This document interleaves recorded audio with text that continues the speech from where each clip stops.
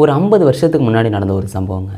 Covid killer அப்படின்னு சொல்ல போகிறவன் வந்து பார்த்துட்டிங்கன்னா, ஏகப்பட்ட இளம்பெண்களையாக குறி வச்சு வந்து கொண்டுகிட்டு வந்துக்கிட்டே இருக்கான். போலீஸுக்கு பயங்கர தலைவலியாக இருக்குது. எப்புட்றா இந்த கேஸை கிராக் பண்ணுறது அப்படின்னு யோசிச்சுட்டு இருக்காங்க. நாட்கள் தான் போயிட்டுருக்க தவிர இந்த கோவிட் கில்லரை பிடிக்கவே முடியல. ஒரு நாள் வந்து போலீஸுக்கு கால் வருது. அதை எடுத்து பேசுகிறாங்க.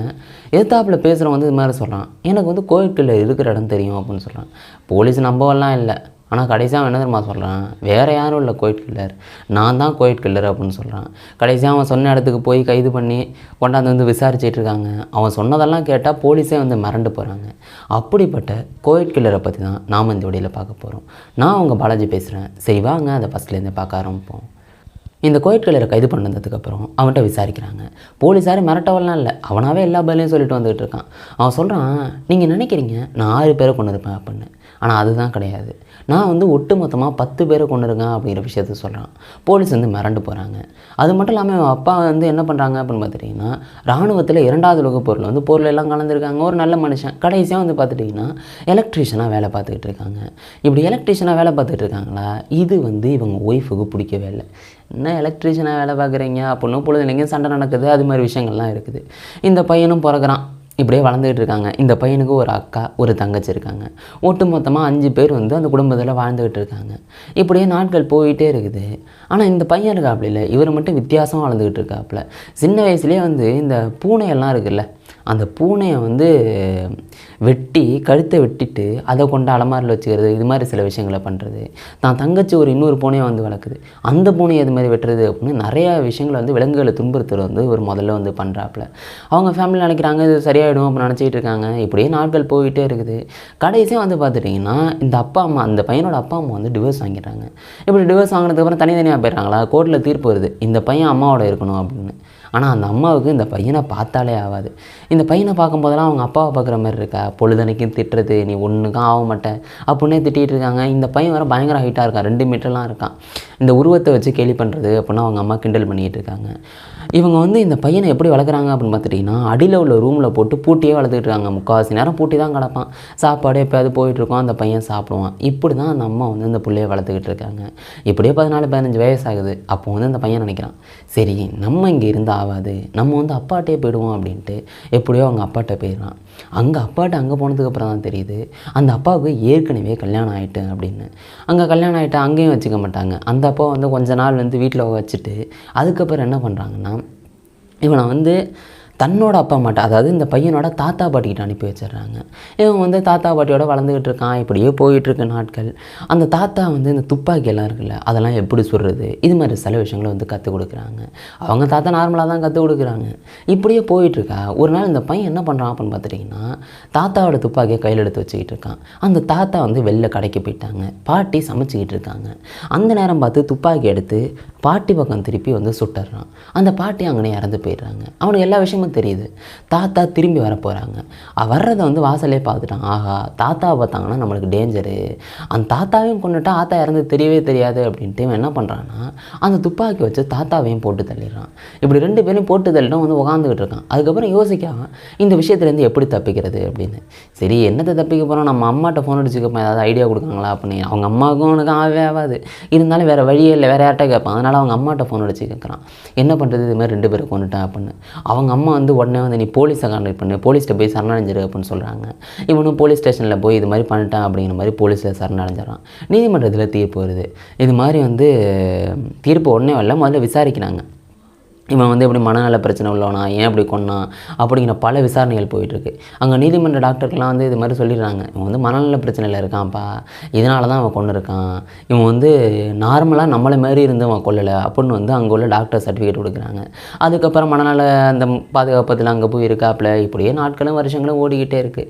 அங்கே என்ன சொல்கிறாங்கன்னா, இப்போ அவன் நார்மலாக தான் இருக்கான், ஐக்யூவில் செக் பண்ணி பார்த்தா 145 கிட்டே இருக்குது, இவன் பயங்கர புத்திசாலியாகவும் இருக்கான் அப்படின்னு சொல்கிறாங்க. இப்படியே வருஷங்கள் போகுது. இப்படி போனதுக்கப்புறம் இவனால் எந்த பிரச்சனையும் இல்லை, பொதுமக்கள் எந்த பிரச்சனையும் இல்லை அப்படின்னு சொல்லும்போது தான் அவனை வந்து வெளியே விடுறாங்க. வெளியே விடாமல் இருந்திருந்தாலே இந்த பிரச்சனை இன்னமும் வர பிரச்சனைலாம் தடுத்து இருந்திருக்கலாம். ஆனால் வெளியே விட்டதுக்கப்புறம் இவன் வேறு வழியே இல்லை, அவங்க அம்மாட்டையே மறுபடியும் போயிடான். அங்கே போனால் மறுபடியும் அங்கே சண்டை, மறுபடியும் எல்லா கச்சேரியும் ஆரம்பிச்சுக்கிட்டே இருக்குது. இப்படியே போயிட்டுருக்கு. இவனுக்கு 21 வயசாகிடுது. இவன் வந்து ஒரு இடத்துல போய் வேலை பார்த்துக்கிட்டு இருக்கான். வேலை பார்த்து காசு வருதா, அதனால சரி நம்ம அம்மாவோட இருக்கக்கூடாது, நம்ம தனியாக ரூம் எடுத்து தங்குவோம் அப்படின்னு ஃப்ரெண்டோட வந்து போய் தங்கிடுறான். இதுக்கப்புறம் வந்து வாழ்க்கையில் விடிவு காலம் வந்துடும் அப்படின்னு நினைக்கிறான். ஆனால் அவன் நினச்ச மாதிரி எதுவுமே நடக்கலை. சம்பாரித்து காசெல்லாம் வருது, அதை வச்சு ஒரு பைக்கு கூட வாங்குறான். இருந்தாலும் காசெல்லாம் நிற்க மாட்டேங்குது. அதனால அடிக்கடி வீட்டுக்கு அம்மா வீட்டுக்கு வந்துட்டு அங்கே இருந்துட்டு தான் போயிட்டுருக்கான். இப்படியே போயிட்டுருக்கா. ஒரு நாள் வந்து காருக்காரன் வந்து பைக்கில் மோதிடுறான். இதனால் வந்து அந்த காருக்காரன்ட்ட வந்து இது மாதிரி கோர்ட்டில் போட்டு காசெல்லாம் வாங்கிடுறாப்புல. அந்த காசை வச்சு மறுபடியும் ஒரு காரே வாங்கிடுறாப்புல இந்த பையன். அந்த காரை வச்சுட்டு வேலைக்கு போகிறது, இவன் வேறு தனியாக ரூம் எடுத்து தங்கியிருக்கான்ல, அங்கேயும் தங்கிடுறது, காசு பத்தலைன்னா வீட்டுக்கு போய் அம்மாவோட தங்கிடுறது. இப்போ வந்து வாழ்க்கை வந்து நார்மலாக தான் போயிட்டுருக்கு. இருந்தாலும் வீட்டில் வந்து அடிக்கடி சண்டை நடந்துகிட்டு இருக்கு. அந்த வந்து அவனால் பொருட்படுத்தவே முடியலை. இப்படியே நாட்கள் போயிட்டே இருக்குதுங்க.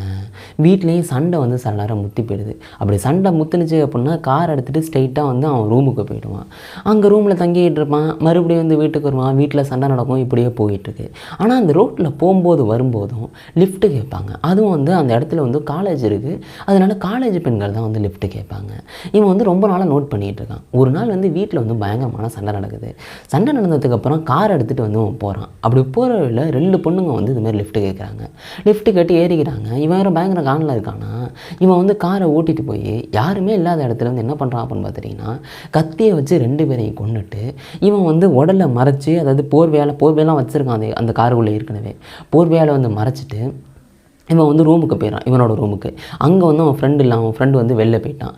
அங்கே கொண்டு போய் கழுத்தை தனியாக அறுத்து அந்த கழுத்தை அந்த தலையை வந்து சித்திரவதை பண்ணிவிட்டு அதுக்கப்புறம் ஒரு கொடுமையான விஷயத்த பண்ணுறான். அந்த இறந்த உடலோட வந்து உடலுறவு கொள்கிறான். அதுக்கப்புறம் பாடியெல்லாம் வந்து ஃபுல்லாக சதைச்சிட்டு கொண்டு யாருமே இல்லாத மலைப்பகுதியில் கொண்டு வந்து வீசிடுறது.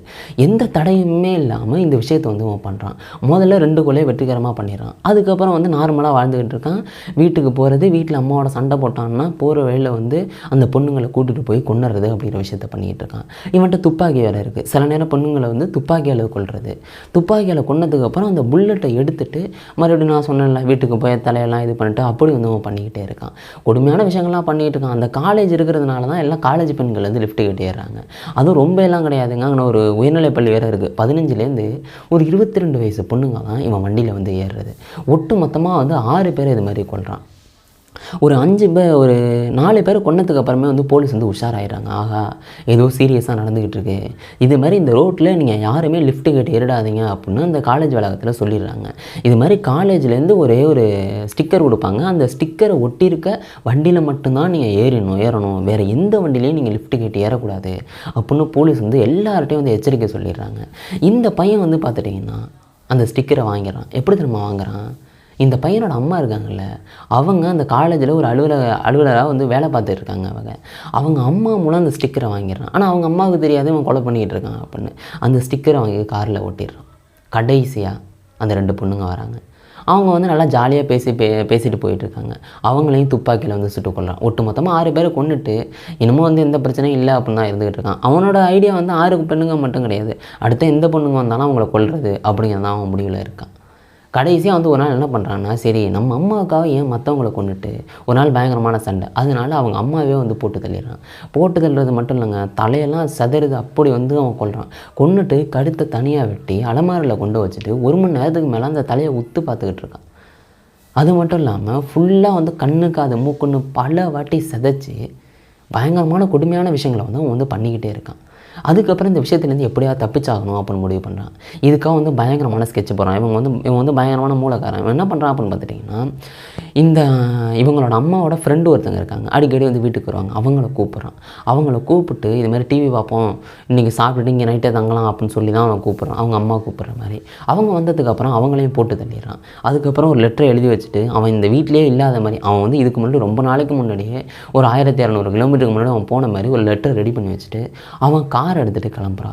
அதுவும் வந்து இந்த சில மாத்திரை தூக்கம் வராத மாத்திரை, அதாவது தூக்கம் வர்ற மாத்திரை இல்லைங்க, தூக்கம் வராத மாத்திரை ஏதோ இருக்குது போல். அந்த மாத்திரையை வாங்கிட்டு இவன் வந்து 1600 கிலோமீட்ரு விடாமல் ஓட்டிகிட்டு போயிட்டே இருக்கான்.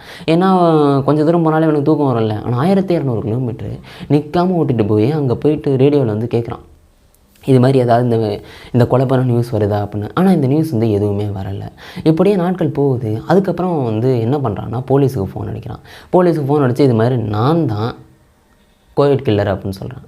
போலீஸ் வந்து அதெல்லாம் விளையாடாதீங்க, இன்னும் கொஞ்ச நேரம் சென்று அடிங்கன்னு தான் சொல்கிறாங்க.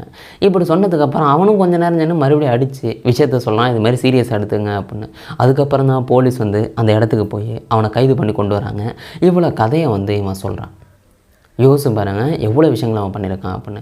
போலீஸ் கேட்குறாங்க, சரி ஏன் நீங்களே ஃபோன் அடித்து இப்படி சொன்னீங்க அப்படின்னு கேட்கும்போது அவன் சொல்கிறான், எங்கள் அம்மா வந்து என்னை வந்து ரொம்ப டார்ச்சர் பண்ணாங்க, அந்த எதுவுமே என்கிட்ட வந்து இல்லை, என்னை கொடுமைப்படுத்தினாங்க. பொழுதுனே சண்டை நடக்கும்போது போகிற வழியில் நான் வந்து பொண்ணுங்களை கொன்னேன், சண்டை நடக்காத போது நான் எதுவும் பண்ணல. இருந்தாலும் என்னோட இதுக்காக நான் வந்து இவ்வளோ பொண்ணுங்களை கொலை பண்ணது வந்து எனக்கு வந்து ரொம்ப கில்ட்டாக ஃபீல் ஆனிச்சு. எங்கள் அம்மா அதாவது என்னோடய பிரச்சனையே நான் கொன்னதுக்கப்புறம் இனிமேல் வேறு எந்த பொண்ணையும் எனக்கு கொல்லணுங்கிற அவசியம் இல்லை. இது வந்து எனக்கு ரொம்ப கில்ட்டாக ஃபீல் ஆனிச்சு, என்னால் எதுவுமே பண்ண முடியல. அதனால தான் நான் வந்து உங்களுக்கு ஃபோன் அடித்து வர சொன்னேன். இந்த விஷயம் எல்லாத்தையும் நான் அதனால தான் உங்கள்கிட்ட சொன்னேன். எனக்கு வந்து மரண தண்டனை வாங்கி விடுங்க அப்படின்னு வந்து அவனே சொல்கிறான். எல்லா விஷயத்தையும் சொல்லிடுறான். அதுக்கப்புறம் கோர்ட்டில் எல்லாம் கொண்டு நிறுத்துகிறாங்க. பயங்கரமாக வேகுதுங்க. ஐயோ என்னங்க இப்படி ஃபேனை போட்டால் ஒரே சத்தமாக இருக்கும், பயங்கரமாக வேத்து தள்ளுது. சரி வாங்க சொல்லுவோம். கோர்ட்டில் கொண்டு போனதுக்கப்புறம் பார்த்தீங்கன்னா அங்கே விசாரிக்கிறாங்க. அங்கே பயங்கரமாக விசாரிச்சுட்டு அவங்க வந்து கொஞ்சம் நாள் எடுத்துக்கிறாங்க. கிட்டத்தட்ட 12 நீதிபதிகள் ஒன்றா சேர்ந்து கடைசியாக ஒரு தீர்ப்பு கொடுக்குறாங்க. சரி இவன் வந்து 6 கொலைகளை பண்ணியிருக்கான், அது மட்டும் இல்லாமல் 2 அம்மா ஃப்ரெண்டு அப்படின்னு மொத்தமாக 8 கொலைகள். இவனை வந்து கண்டிப்பாக ஆயுள் தண்டனை கொடுக்குறது சரியாக இருக்கும். ஒட்டு மொத்தமாக 8 ஆயுள் தண்டனை கொடுக்குறாங்க. இவன் வாழ்நாள் முழுதும் அங்கே ஜெயிலில் தான் இருந்தாகணும், அப்படிப்பட்ட ஒரு தீர்ப்பை கொடுக்குறாங்க. ஆனால் இவன் அங்கேயே கெஞ்சுறான், எனக்கு வந்து மரண தண்டனை கொடுங்க, நான் பண்ண தப்புக்கு மரண தண்டனை தான் சரியாக இருக்கும் அப்படின்னு அவனே சொல்கிறான். ஆனால் கேட்கல. 12 நீதிபதிகளும் ஆயுள் தண்டனை தான் சரி அப்படின்னு ஆயுள் தண்டனை வந்து கொடுத்துட்றாங்க. ஜெயிலில் வந்து அவர் வந்து இருக்காப்புல. இப்படியே போய்கிட்டே இருக்குதுங்க. ஜெயிலில் பல இன்டர்வியூலாம் போயிருக்கிறாங்க. அவர் வந்து எல்லா விஷயத்தையும் வந்து அவர் சொல்லிக்கிட்டு இருக்காரு. எல்லாத்தையும் வந்து ரெக்கார்ட் பண்ணிக்கிட்டு இருக்காங்க. இதை வச்சு படங்கள் ரிலீஸ் ஆகிருக்கு, புத்தகங்கள் ரிலீஸ் ஆகிருக்கு. இப்படியே ரிலீஸ் ஆகுது. இவரும் வந்து பரோலுக்கெல்லாம் அப்ளை பண்ணுறாப்புல, பரோலும் கிடைக்கவே இல்லை. இப்படியே நாட்கள் போயிட்டுருங்க. இவரே வந்து தன்னை கொலை பண்ணலாம் ட்ரை பண்ணார், ஆனால் எதுலேயும் வந்து இவர் சிக்கலை. இப்போ வந்து அவருக்கு 75 வயசு ஆகுது. அமெரிக்காவில் அவர் இன்னமும் வந்து ஜெயிலில் தான் அவர் இருக்கார். 2024 இந்த வருஷம் வந்து அவருக்கு பரோலுக்கு வந்து எலிஜிபிளாக இருக்கும். இந்த வாட்டியும் பரோல் வந்து அப்ளை பண்ணி பார்ப்பார். ஆனால் 2017 கூட ரிஜெக்ட் ஆனிச்சு. இந்த மனுஷன் வந்து இப்படி சீரியல் கில்லராக மாறினத்துக்கும் என்ன காரணம்னு நினைக்கிறீங்க? அவங்க அம்மா அப்பா வந்து இது மாதிரி அவன் மேலே வந்து பாசம் வைக்காதனால தான் இப்படிப்பட்ட ஒரு ஆளாக மாறிட்டார் அவர். என்ன நடந்திருக்கும் அப்படின்னு நினைக்கிறீங்க? உங்களுக்கு என்ன தோணுதோ அது கீழே கவனிங்க. எனக்கு வேர்க்கிறதுல என்ன பேசுகிறதுனே தெரிலங்க, அவ்வளோ வேர்வை வைக்குதுங்க. ஃபேனை போட்டால் ஐயோ கொடுமை. சரி ஓகே, நாளைக்கு இன்னொரு வீடியோவில் நான் உங்களை சந்திக்கிறேன். Bye guys.